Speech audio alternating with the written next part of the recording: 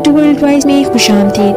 اگر آپ کو میری ویڈیو اچھی لگے تو اس کو لائک اور چینل کو ضرور سبسکرائب کر دیجیے گا اور ساتھ ہی بیل آئیکن کے بٹن پر کلک کر دیجیے گا تاکہ آپ کو میری ویڈیوز پر وقت مل سکیں۔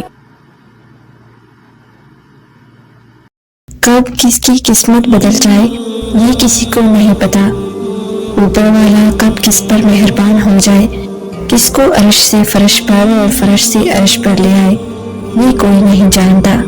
یہ کہانی سچی ہے، البتہ کہانی میں بتائے گئے نام فرضی ہیں تاکہ کسی کی دل آزاری نہ ہو۔ ہم ایک چھوٹے سے گاؤں میں رہتے ہیں۔ ہمارا گاؤں بہاری شہر کے قریب ہی ہے۔